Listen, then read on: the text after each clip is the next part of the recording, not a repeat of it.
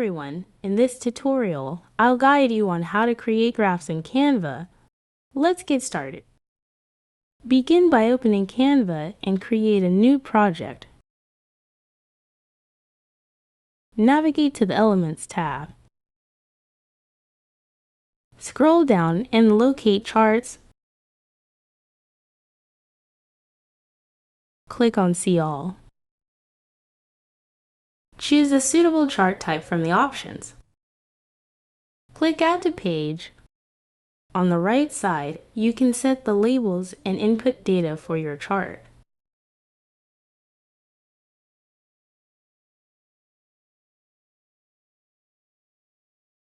You can also customize the chart further by using the tools in the toolbar above. And there you have it. Your graph is now created in Canva. If you found this tutorial helpful, please give this video a like and subscribe for more tips. Thank you for watching.